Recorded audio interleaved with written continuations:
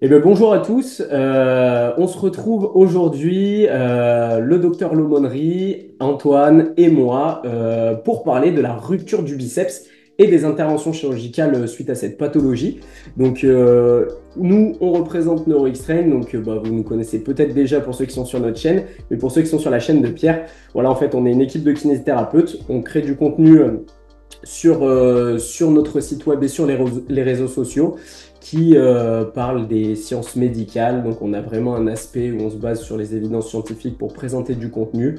On collabore avec beaucoup de professionnels de santé internationaux pour apporter l'expertise mondiale en France. Et aujourd'hui, on se retrouve donc avec le docteur L'aumônerie pour échanger à propos de la rupture du biceps, comme je l'ai dit. Et je vais te laisser, Pierre, présenter un petit peu ton activité. Et ensuite, on va pouvoir enchaîner sur ce petit échange sympathique. Bonjour les gars, je suis chirurgien orthopédie, je suis spécialisé dans le coude, c'est-à-dire que je n'opère que des patients avec des pathologies du coude, donc des ruptures du biceps dont on va parler aujourd'hui, et j'exerce à la clinique Jouvenet à Paris 16. Ok, très bien. Eh ben, on va commencer direct. Alors, est-ce que tu pourrais développer un petit peu l'anatomie déjà du biceps brachial et de son tendon pour déjà poser les bases et ensuite on va aller dans plus ce qui va être lésionnel et chirurgie. La question, elle est très importante, parce que comme toutes les ruptures tendineuses, si on veut comprendre les résultats et les complications et ce que ça implique de le réinsérer ou de ne pas le réinsérer, il faut comprendre l'anatomie du muscle. Alors, le biceps, on dit biceps parce qu'il y a bien sûr deux chefs. Donc, il y a un chef long qui s'insère proximalement sur le tubercule supraglénoïdien de la scapula, donc en gros, juste au-dessus de l'épaule. Il y a un trajet d'ailleurs qui est intra-articulaire. Et puis, il y a un chef court qui, lui, s'insère sur la coracoïde de la scapula. C'est important de faire le distinguo parce que on raisonne souvent sur une rupture du tendon du biceps comme s'il n'y avait qu'un seul tendon. Mais en fait, le tendon du biceps, c'est l'association de deux tendons, le tendon du chef court du biceps et le tendon du chef long du biceps. Et c'est pas sans conséquence parce que le chef court va s'insérer un petit peu plus distalement que le chef long sur la tubérosité bicipitale du radius. Et en s'insérant un peu plus loin, un peu plus distal et un peu plus postérieur, le chef court va être beaucoup plus supinateur et beaucoup plus fléchisseur que le chef long. Et lorsqu'on réinsérera le tendon du biceps, il faudra bien veiller à réinsérer les deux tendons. Merci beaucoup, Pierre, c'est très clair. Et du coup, en musculation et même dans d'autres sports, quel va être le mécanisme lésionnel classique d'une rupture du biceps? Est-ce qu'elle est tout le temps distale ou est-ce qu'elle peut être également proximale? Et également, est-ce qu'il y a des facteurs de risque spécifiques qui prédisposent certains individus, on va dire, à plus de ruptures? La longueur du tendon par rapport au muscle, etc. peut-être. Alors, on peut faire parfois le distinguo entre la rupture, qui est vraiment une lésion intra-tendineuse, et l'avulsion, en pensant que la rupture est plus une atteinte dégénérative du tendon qui finit par lâcher. Bon, peu importe finalement, le mécanisme lésionnel, c'est quasiment toujours le même. On l'a un peu en tête là, dans des vidéos qu'on a pu voir sur YouTube avec des gens à la musculation qui sont le biceps. En gros, c'est une force excentrique qui est exercée sur un coude qui est fléchi en supination. Le patient, il est comme ça, il est le coude fléchi et il a une contrainte excentrique importante et ça va entraîner ce qu'on appelle un pop sign, c'est-à-dire qu'il va sentir un pop et un lâchage soudain du biceps avec la douleur et l'hématome qui arrive. C'est ça, en fait, le facteur de risque. C'est le mécanisme lésionnel. Après, il y a des facteurs de risque épidémiologiques. C'est-à-dire que dans des études, notamment dans l'AJSM en 2015 avec Kelly, on sait que ça ne survient pas à n'importe quel âge. L'âge moyen, il est à 46 ans, donc il est un peu tardif finalement, mais c'est une courbe de Gauss. Donc il y a un pic d'incidence qui se situe entre 35 ans et 65 ans. Donc moi, je suis rentré dedans, je fais de la muscu, je pense, comme beaucoup des gens qui vont nous regarder, et je rentre dans la période, dans l'âge où je peux me rompre le biceps, finalement. C'est majoritairement des hommes, peut-être aussi parce qu'il y a plus d'hommes qui font des sports qui hyper sollicitent ou qui contraignent leur biceps aussi, hein. Ça peut être un biais de recrutement. Et puis, il y a le mode de vie aussi qui sont des facteurs de risque. Les gens qui sont fumeurs, pourquoi? Parce que la vascularisation du tendon du biceps, elle est bien spécifique, avec d'abord l'artère brachiale qui va envoyer une vascularisation sur la partie haute du tendon et sur la zone myotendineuse, et puis ensuite les artères radiales récurrentes, antérieures et postérieures, qui vont vasculariser la partie basse. Et il y a des zones dans ce tendon qui sont des zones très mal vascularisées. Et chez le fumeur, elles seront encore plus mal vascularisées, et donc elles peuvent faire le lit d'une rupture. Ensuite, il y a l'obésité. L'obésité, c'est rapporté dans quasiment toutes les études épidémiologiques. Et ça, on le sait aussi pour toutes les tendinopathies finalement et toutes les ruptures. Pourquoi? Parce que les patients obèses, ils ont une réponse immunitaire qui n'est pas bonne pour la reconstruction, pour la cicatrisation ligamentaire. Ce sont des patients qui vont avoir une moins bonne cicatrisation tendineuse, pardon, ligamentaire, je me suis perdu. Ils ont une moins bonne cicatrisation tendineuse, et comme ils ont une moins bonne cicatrisation tendineuse, ils sont plus exposés à la rupture tendineuse. Et enfin, il y a les stéroïdes. Les stéroïdes, pourquoi? Parce qu'on sait que les stéroïdes, ça peut entraîner de la dysplasie, une désorganisation des fibres de collagène, et donc diminuer en tout cas la résistance à la traction sur le tendon. Contrairement au tendon d'Achille, par exemple, on sait que, enfin en tout cas, on n'a pas été capable de montrer que le diabète avait une influence, par exemple. Le diabète, a priori, n'a pas d'influence sur les ruptures tendineuses. Et après, de manière plus débattue et plus théorique, ça intéressera surtout les chirurgiens ou les anatomistes, mais on sait qu'à l'endroit où s'insère le biceps, il peut y avoir, c'est-à-dire sur cette tuberosité du radius, il peut y avoir ce qu'on appelle des spurs, en tout cas une petite lésion dégénérative, donc comme des petits morceaux d'os, des excroissances. Et lorsqu'on va faire ce mouvement de pronosupination, ces excroissances vont venir abîmer le tendon. Et donc, ça peut faire le lit d'une tendinopathie qui va exposer après à une rupture. Donc, ça fait une dégénérescence du tendon, ça fait des lésions pré-rupture. Et le dernier point qui est important, parce que certains d'entre nous peuvent avoir ces douleurs s'inquiètent de rupture, c'est ce qu'on appelle le conflit radio-ulnaire. Il faut comprendre que lorsqu'on passe d'une hypersupination à une hyperpronation comme ça, on va réduire l'espace entre la tuberosité du radius et l'ulna de 50%. Et comme je vous ai dit, le tendon du biceps, il s'insère sous la tubérosité du radius. Ça veut dire quoi? Ça veut dire que lorsque vous allez avoir un rétrécissement de cet espace entre la tubérosité du radius et l'ulna, vous allez avoir potentiellement une compression de son tendon du tendon du biceps. Donc s'il y a des petites ossifications, s'il y a de l'arthrose à cet endroit-là, pour X raisons, il peut y avoir un conflit répété entre le tendon du biceps et le bord latéral de l'ulna, par exemple. Et ce conflit répété peut amener à une tendinopathie qui va exposer le patient à un risque accru de rupture. D'accord, ok. Et en fait, finalement, on le retrouve peut-être dans d'autres sports que la musculation. Parce que quand tu parles d'ostéophyte, etc., ça me fait penser beaucoup aux handballeurs, chez qui on va retrouver pas mal d'ostéophytes au niveau du coude, avec des grosses tensions mécaniques qu'ils ont. Donc, au final, eux, ils n'auront peut-être pas l'extension, l'excentrique en extension, peut-être après en prépa physique potentiellement, mais sur le mouvement sportif, avec de la supination à la pronation, peut-être qu'on peut le retrouver chez et pas que d'ailleurs, il y a aussi une combinaison du mode de vie, c'est ce que j'essaie d'expliquer, mais vraiment du mode de vie et du travail et de l'exercice physique qu'on va faire derrière. C'est-à-dire que si vous êtes un travailleur manuel qui allait faire de la pronosupination en permanence parce que soit vous bricolez beaucoup, soit vous avez fait un travail où vous utilisez des tournevis ou des choses comme ça, vous allez déjà pouvoir éventuellement léser à bas bruit votre tendon du biceps. Et lorsque vous allez faire, alors pour les Américains, du football américain, pour les du handball pour les Français, etc., la blessure va survenir au sport. Mais la lésion pré-traumatique surviendra peut-être lors de votre activité du quotidien. Non, mais c'est intéressant parce que c'est vrai que peut-être, sur ce conflit qui est créé entre l'os et le tendon et qui aboutit à cette compression, en fait, on va peut-être avoir des patients qui sont symptomatiques, qui vont décrire une petite douleur. Et ça veut dire qu'il faut quand même arriver avec une certaine prudence, nous, en tant que kiné, parce qu'on voit souvent les patients qui font beaucoup de muscu, qui envoient beaucoup sur le biceps curl, qui peuvent avoir des douleurs ici. Et c'est vrai que c'est important de penser à ça pour éviter en fait une future rupture par la suite, parce que sa douleur, elle peut être, en plus du fait qu'il est en surcharge, sursollicitation sur le tendon, il y a cette compression et ces petits spurs, comme tu appelles ça, qui peuvent aboutir à une défaillance structurelle en fait du tendon, quoi. Tout à fait. Et en fait, il y a eu de gros progrès parce qu'on a compris déjà qu'il y avait un rétrécissement de cet espace lors de la pronospination. Et en plus, là, il y a des anatomistes récents qui ont montré que l'ulna, faisait une réelle abduction également lors de ce mouvement-là. Donc même l'ulna, il bouge lors de la pronosupination et il vient lui aussi comprimer par un mécanisme d'abduction, de translation latérale, il vient lui aussi comprimer cet espace.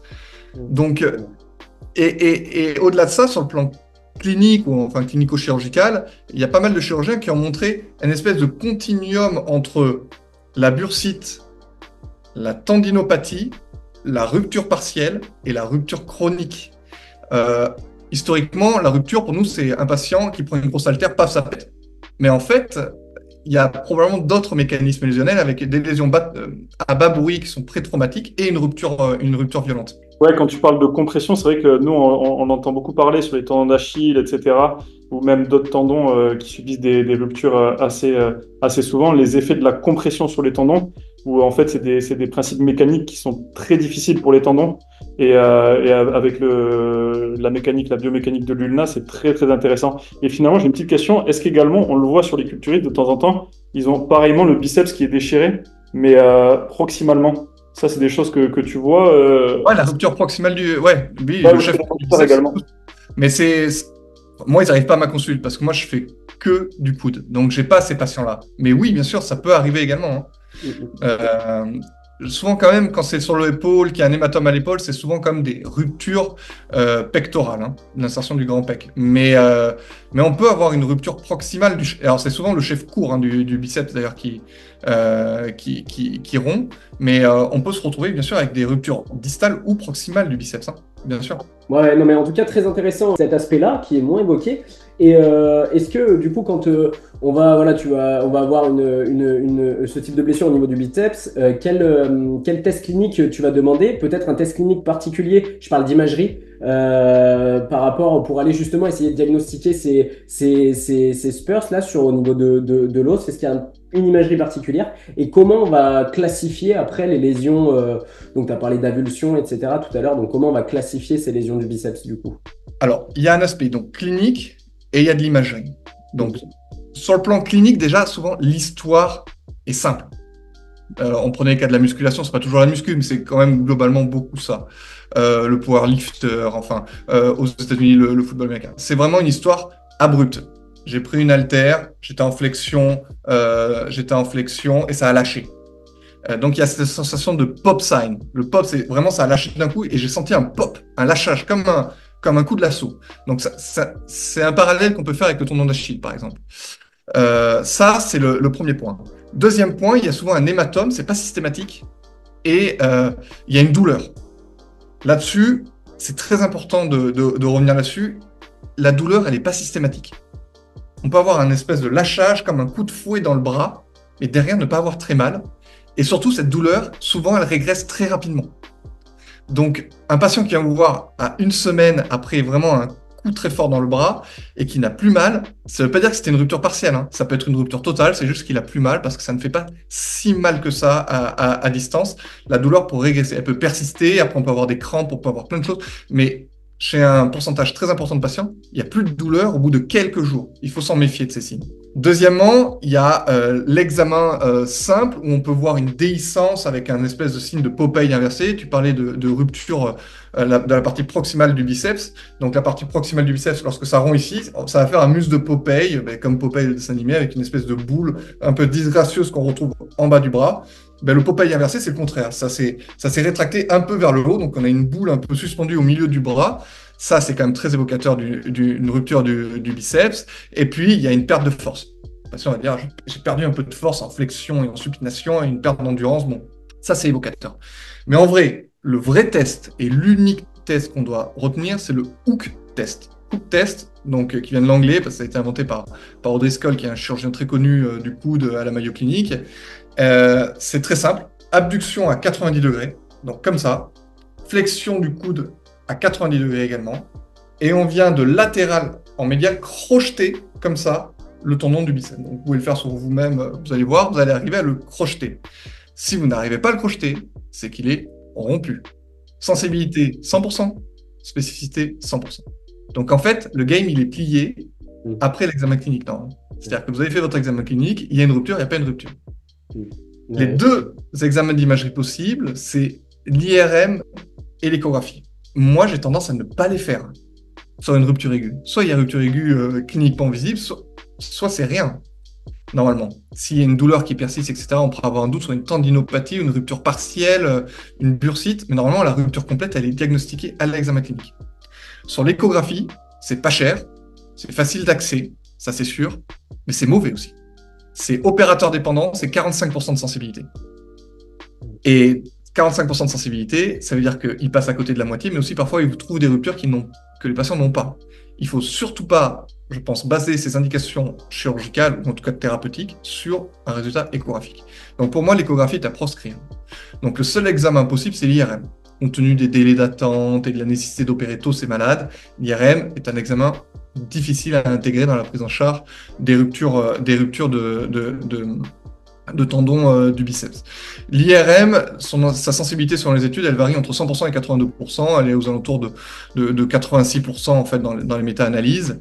Donc c'est bien, mais c'est pas extraordinaire non plus, hein. Donc c'est vraiment un examen qu'on réserve pour les cas les plus douteux, où on se dit, bon, il n'y a pas une rupture, mais on va voir quand même ce qu'il y a. Et ce sont des examens où on fait en mode FABS, c'est-à-dire en abduction d'épaule, flexion de coude et supination d'avant-bras. Donc, c'est des patients qui sont vraiment comme ça, c'est très spécial. Et ça permet de bien regarder l'insertion du tendon, voir comment il est, parce que souvent, il va être continu, puisque sinon l'examen clinique nous l'aurait montré.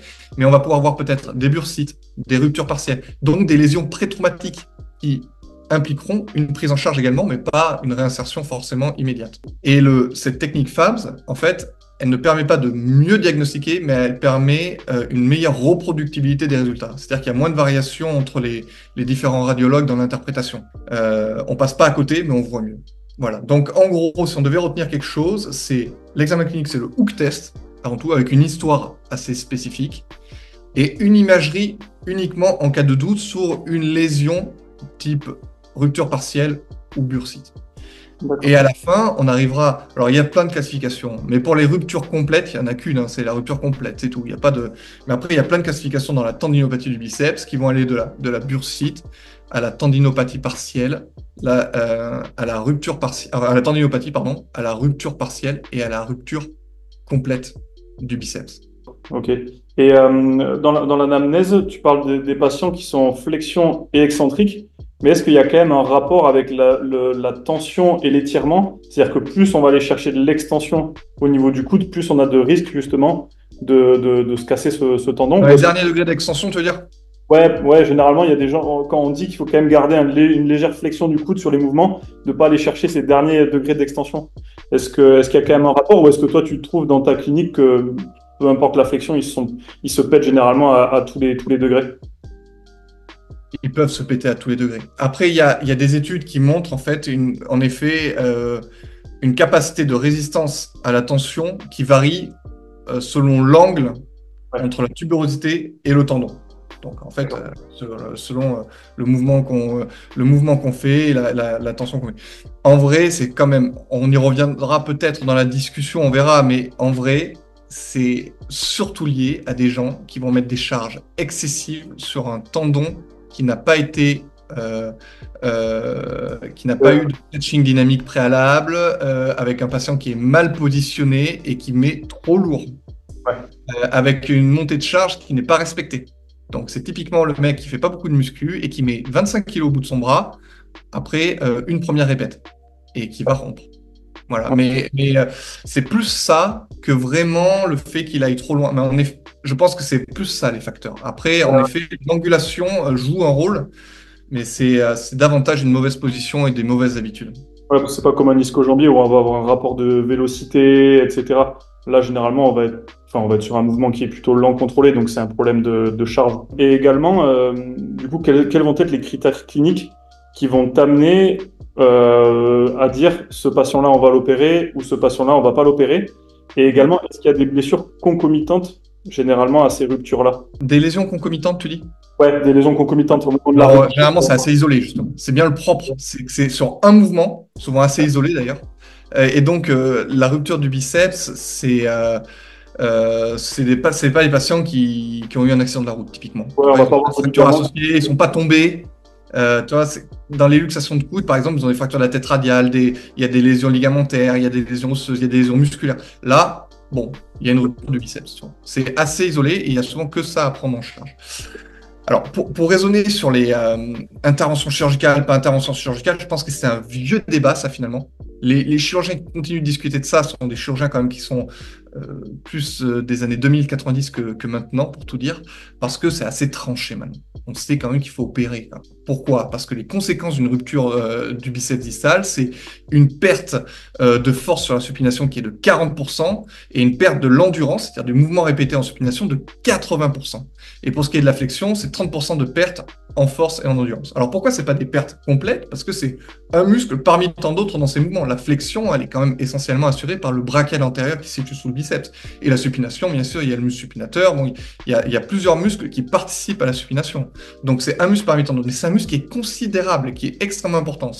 Je me rappelle que moi, quand j'ai commencé mon internat, on me disait, mais c'est débattu. C'est un peu comme le ligament croisé antérieur quand j'ai commencé dans les années 2010. Là, on vous disait, c'est pas obligé, on ne doit pas reconstruire tous les ligaments croisés antérieurs des jeunes. Bon, c'est débattu. Là aussi, c'est pareil. C'était un peu débattu. On disait, oui, si on n'opère pas, les patients vont bien. Non, ils ont des résultats acceptables, c'est-à-dire qu'ils vont avoir encore de la supination, ils vont avoir encore de la flexion, mais elle sera clairement moins bonne. Et on a vu que l'âge des patients, c'est entre 35 et 65 ans. Moi, ça m'embêterait, clairement, de perdre 80% d'endurance en supination. Et ça peut avoir des conséquences sur votre travail. Typiquement, je suis chirurgien. Si je peux plus tourner avec un tournevis, je vais être très embêté. Donc, le raisonnement qu'il faut avoir, c'est que on ne doit pas opérer les patients, en gros, que s'il y a des contre-indications chirurgicales, s'il y a un risque démesuré à l'opérer sur le plan anesthésique. Et moi, j'en rajoute une quand même, c'est si le patient est très obèse. Ouais. L'obésité morbide. Pourquoi? Parce qu'on a montré quand même que l'obésité était un facteur de risque important de complications post-opératoires. Et donc, pour des ruptures chez les patients très obèses, il faut quand même leur expliquer, en tout cas, qu'il y a un risque considérable d'infection, de paralysie post-opératoire. Et il faut avoir une discussion franche et honnête avec ces patients-là et réduire nos indications opératoires. Après, bien sûr, comme toutes les chirurgies, les patients qui ont un très faible objectif fonctionnel, eux aussi, faut bien sûr pas les opérer, quoi, hein. L'autre point qui est important, parce que je pense que ça intéresse pas mal ça, les gens qui nous écoutent, c'est le délai. Parce que souvent, les patients, ils n'arrivent pas le soir même de la rupture. C'est pas un accident, vraiment. C'est un problème à la muscu, ils savent pas trop ce qu'ils ont fait, c'est un problème au hand, c'est pas une luxation d'épaule. Donc les mecs, ils viennent au bout d'une semaine, 2 semaines, 3 semaines, un mois et demi. Là, on a même des personnes qui travaillent sur des chantiers qui sont des rustres. Ouais, elles résistent bien. Ouais. Ils vont travailler, ils peuvent pas s'arrêter, ils vont continuer oui. à travailler. Et, Oui, mais en plus, il vous dit, mais la douleur, elle est partie. ouais, voilà. Bon, j'ai un peu de faiblesse, j'arrive plus, mais bon, ça va, quoi. Je suis un peu mal, j'ai un peu de crampe dans le bras. Bon. Historiquement, là aussi, on considérait qu'il fallait les opérer mais en ultra-urgence. Et si on n'arrivait pas à les prendre en charge en ultra-urgence, c'est-à-dire dans la semaine, dans les 2 semaines, c'était terminé pour eux. Il fallait pas les opérer. C'était traitement orthopédique, conservateur. Et ça avait été renforcé notamment par les travaux d'Odé Scholl, là, le chirurgien dont je vous ai parlé de la Mayo Clinic, qui est un pionnier absolu dans la chirurgie du coude, parce qu'il avait montré dans une étude en 2000 que si les patients étaient opérés avant J10, ils avaient moins de 24% de complications. S'ils étaient opérés après J21, ils avaient 41% de complications. Donc là, ça fait réfléchir un petit peu quand même. Sauf qu'en fait, les études beaucoup plus importantes, épidémiologiques, les méta-analyses, etc., et surtout les analyses multivariables, c'est-à-dire qu'on prend en compte plein de facteurs autres que simplement le délai, ils ont montré que opérer les gens plus tardivement n'augmentait pas forcément de manière très significative le taux de complications. Ça l'augmentait, mais pas de manière majeure au point de la contre-indiquer. Il y avait bien d'autres facteurs qui devaient être pris en compte, et donc notamment l'obésité, la voie d'abord, et tout un tas d'autres choses comme ça. Et donc, on a glissé en gros il ne faut pas opérer les patients qui ont été rompus il y a moins de 3 semaines, il y a plus de 3 semaines, pardon, il ne faut pas les opérer, ceux-là. En fait, il faut les opérer quand ils arrivent à la consultation. Bon, après, il n'y a pas de date limite, mais c'est sûr qu'au bout de 3 mois, 4 mois, bon, là, il faut commencer à réfléchir. Si le tendon il est rétracté sur 20 cm, ça ne va juste pas être réalisable. Mais si c'est possible de le faire, il faut le faire. Parce que ces complications, alors bien sûr, il y aura une augmentation du nombre de complications, hein. Si vous êtes à plus de 3 semaines, il va y avoir une augmentation, c'est sûr. Mais ce sont des complications qui sont mineures souvent. Ce sont des neurapraxies sur le nerf sensitif, le nerf cutané de l'avant-bras. Ce sont des petits hématomes, ce sont des choses comme ça. Ce ne sont pas des complications majeures avec de la raideur, des ossifications hétérotopiques, une paralysie du niobe. Ce ne sont pas des complications majeures, ce sont des petites complications parce que quand c'est tardif, ben, la chirurgie est plus longue, plus fastidieuse. Donc il y a des petites neurapraxies, il y a des petits hématomes, il y a des petites infections superficielles, mais c'est tout en fait. Mais ça, c'est une discussion qu'on doit avoir avec le patient. Donc si on résume, le patient obèse, le patient qui est en mauvais état général, et le patient qui a des objectifs fonctionnels très faibles, ces gens-là, on peut leur proposer un traitement conservateur. Le patient qui arrive très très tardivement, au-delà de 4 mois, 5 mois, 6 mois, avec un tendon très rétracté, il faudra peut-être lui proposer un traitement conservateur. Pour tous les autres patients, ainsi que pour les patients qui sont obèses mais qui ont des objectifs fonctionnels importants, ces gens-là, il faudra leur proposer une intervention chirurgicale. Très très clair. Bon, très très intéressant. Là, je pense qu'on a évoqué des aspects qui sont vraiment vraiment clés sur la gestion des ruptures du biceps. Du coup, là, on a fait le premier épisode de notre échange. Ok. Pour le deuxième épisode, on vous invite à vous rendre sur la chaîne de Pierre. Pierre, est-ce que tu peux nous donner ta chaîne YouTube, puisque tu en possèdes une, sur laquelle on va poster cette deuxième partie, plus orientée chirurgie, rééducation et pratique. Donc, je te laisse Exactement. voilà, C'est une chaîne qui s'appelle Ortho Livestream. Euh, Bon, de toute façon, on la c'est- mettra juste ici, elle va s'afficher. Donc, voilà. n'hésitez pas à vous rendre sur Ortho Livestream pour retrouver le deuxième épisode sur les ruptures du biceps.